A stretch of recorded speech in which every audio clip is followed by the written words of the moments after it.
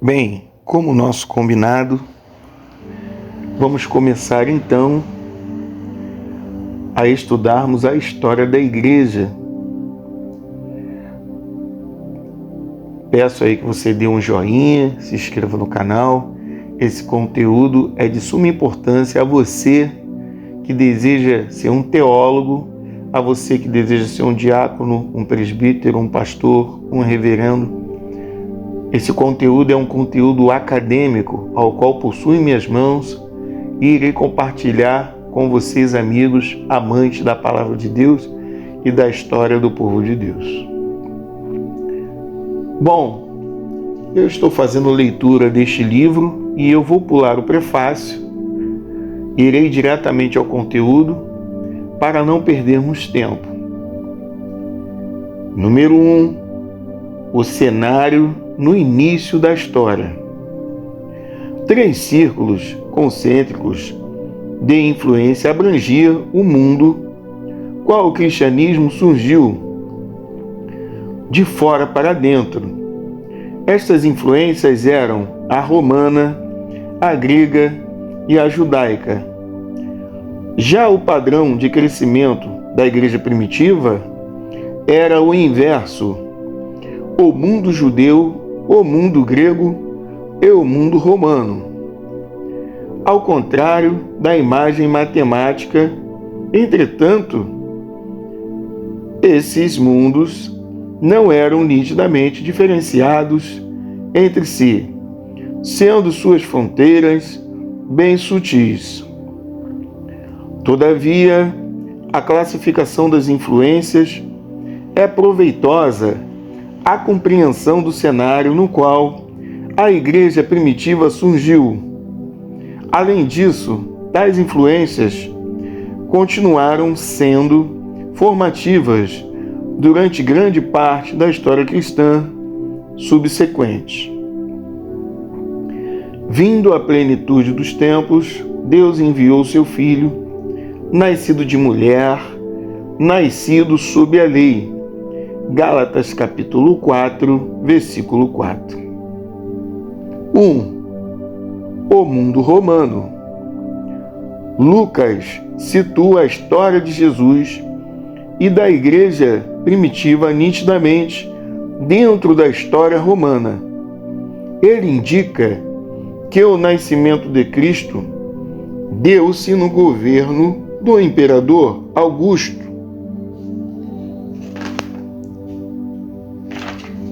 Mostra que o ministério dele foi exercido durante o governo de Tibério e menciona governantes romanos e outros oficiais com quem Jesus e posteriormente Paulo se encontraram. Roma forneceu o contexto governamental, militar e jurídico ao cristianismo primitivo.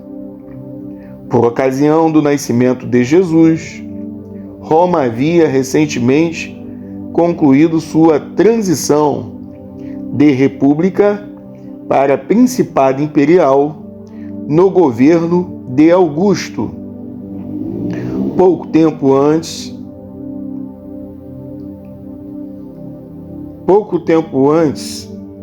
em 63 a.C., o general romano Pompeu havia conquistado a Palestina e depois disso Roma dominara a pátria judaica.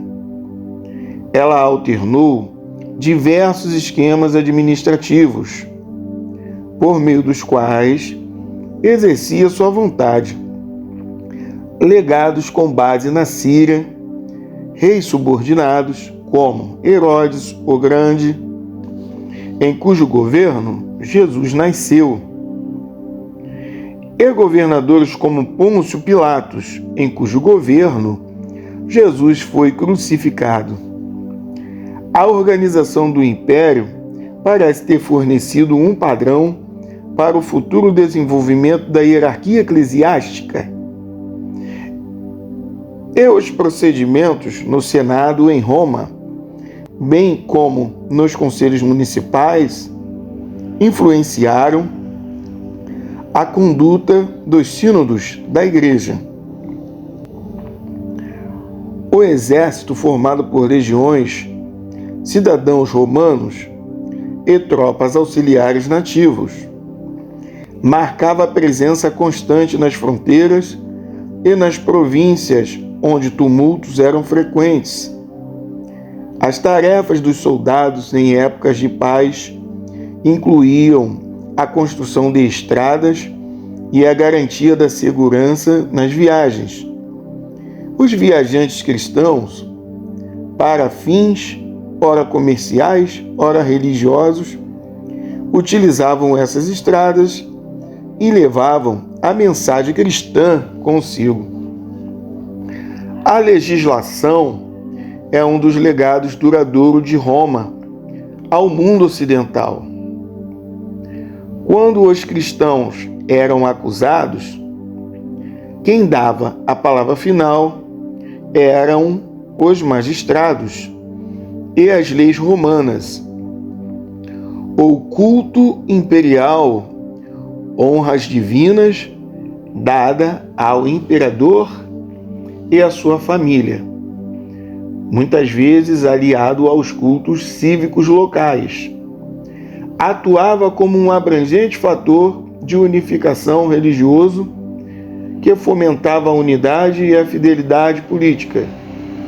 As cerimônias da corte imperial, inspirada em antigos monarcas orientais, continuaram posteriormente durante o governo de imperadores cristãos. O latim era não somente a língua oficial do governo, mas também passou a ser a língua comum das províncias ocidentais. A partir do segundo século, o cristianismo nessas regiões transmitia sua mensagem em latim. 2. O mundo grego.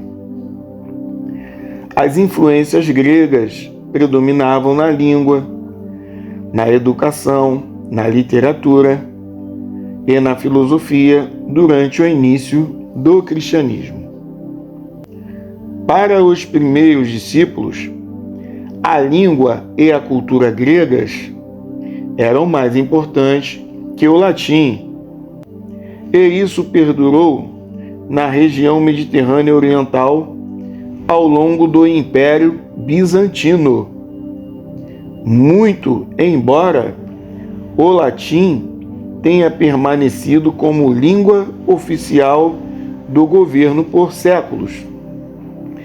Desde as conquistas de Alexandre o Grande, no quarto século antes de Cristo, a língua, a moeda, a cultura, a filosofia e a religião gregas haviam permeado as regiões da Grécia ao redor da costa oriental do Mediterrâneo até a Líbia. A educação era baseada em Homero e nos clássicos gregos. As influências culturais gregas eram sentidas em Roma e nas regiões a oeste, mesmo entre aqueles que não falavam grego.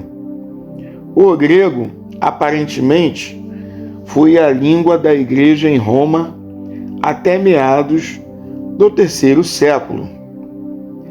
Ao que tudo indica, escritores cristãos empregaram o idioma grego com exclusividade até o fim do segundo século, em cuja época foram descobertas algumas obras em latim e siriaco. A retórica grega e, depois, latina forneceu os padrões para a redação de cartas, a construção de discursos e a apresentação de argumentos. No período helenístico, os grandes sistemas filosóficos de Platão e Aristóteles haviam sido substituídos em grande parte por filosofias mais direcionadas a interesses práticos e morais, especialmente o estoicismo e o epicurismo. Contudo, o interesse por Aristóteles e, sobretudo, Platão foi despertado novamente nos primeiros séculos do cristianismo. No desenvolvimento da teologia cristã, a partir das afirmações do Evangelho e das instruções morais e doutrinárias iniciais, a filosofia grega forneceu o vocabulário, os pressupostos éticos, os conceitos e as opções intelectuais com os quais os pensadores cristãos trabalhavam. Os tradicionais cultos cívicos continuaram sendo importantes centros de orgulho local e as práticas religiosas consagradas continuaram sendo alimentadas pelo currículo educacional centrado em Romero. Iniciações em religiões de mistério, visitas a oráculos e santuários de cura, aceitação do destino, crença em astrologia e prática de magia ganharam força redobrada durante os 2 primeiros séculos da era cristã. A vida social era dirigida por uma combinação de normas. A vida social era dirigida por uma combinação de normas legais romanas e regras sociais gregas. Dessa maneira, em questões variadas, como costumes em jantares, casamentos e funerais, os cristãos viviam segundo o sistema comportamental existente, as leis de casamento e herança, bem como as distinções estabelecidas de classes sociais, forneciam um contexto para a vida familiar e as relações sociais. A mentalidade pré-existente moldava as atitudes religiosas. Os costumes funerários continuaram a ser observados pelos cristãos, mas agora dentro de um novo quadro de referência. Muitas características da religião greco-romana foram incorporadas ao cristianismo, conforme o evangelho difundisse pela população pagã. 3. O mundo judaico. Jesus nasceu de pais judeus, filho de Davi, filho de Abraão. Mateus capítulo 1, versículo 1. E todos os seus primeiros discípulos eram judeus. Ele nasceu em Belém e cresceu em Nazaré. A maior parte de seu ministério deu-se na Galiléia, e sua crucificação aconteceu em Jerusalém. Todos estes são locais situados no atual país de Israel e em territórios palestinos adjacentes. Esse era um mundo judaico que, assim como o restante do Oriente Próximo, havia sentido a influência da cultura helenística e, no primeiro século, a sobreposição do governo romano. Uma grande população judaica permaneceu na Mesopotâmia desde a época do cativeiro babilônico, sexto século a.C. E muitos judeus viveram na diáspora ocidental, onde as influências culturais gregas e mais ao ocidente romanas eram ainda mais fortes do que em sua terra natal. Após as conquistas de Alexandre o Grande, os judeus na Palestina viveram sob o governo dos Ptolomeus, Egito, e, depois, dos Seleucidas, Síria.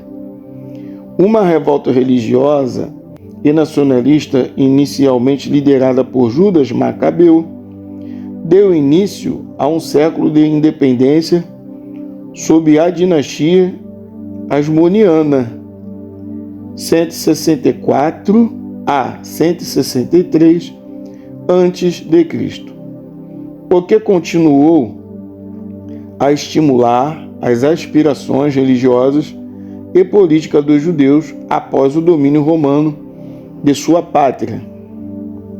3 revoltas mal-sucedidas: a de 63 a 73 d.C., suprimida por Vespasiano e Tito, que resultou na destruição do templo. A de 115 a 117, nas comunidades da diáspora ao nordeste da África e Chipre, e a de 132 a 135, denominada Bar Kokhba, no governo de Adriano, minaram as perspectivas judaicas de uma pátria independente até os tempos modernos.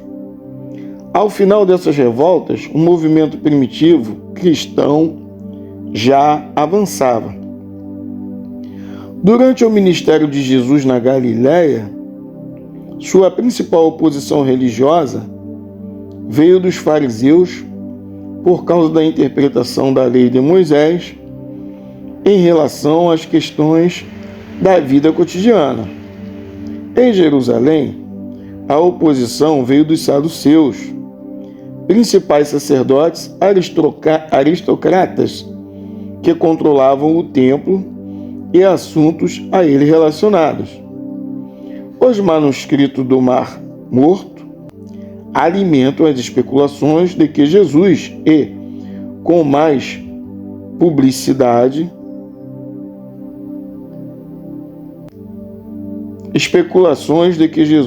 com mais plausibilidade, João Batista tiveram contato com os essênios ou algum grupo semelhante em Qumran. As primeiras pregações cristãs, conforme registrado em Atos, começaram de forma geral nas sinagogas judaicas da diáspora.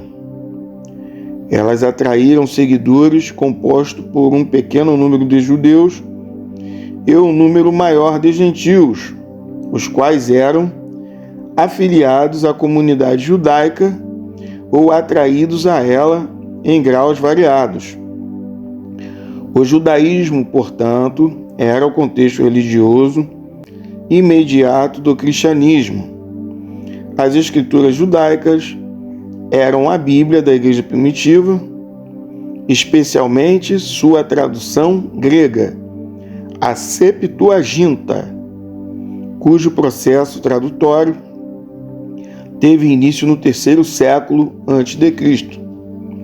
O Deus dos judeus era o Deus dos cristãos primitivos, e as afirmações centrais da Igreja.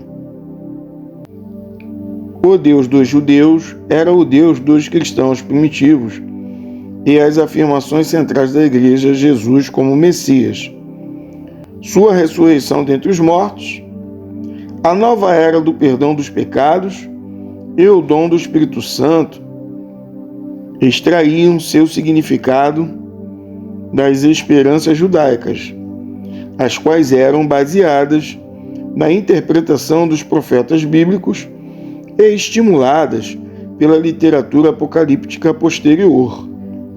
A história do cristianismo primitivo é a história de como um movimento religioso, surgido como uma seita dentro do judaísmo, fez sua transição para o mundo greco-romano maior e, no 4º século, ganhou reconhecimento como a religião oficial do Império Romano, uma religião originada de um homem nascido de mãe solteira, em meio a um povo amplamente desprezado de uma região longínqua do mundo, homem este que foi crucificado pelas autoridades sob a acusação de traição.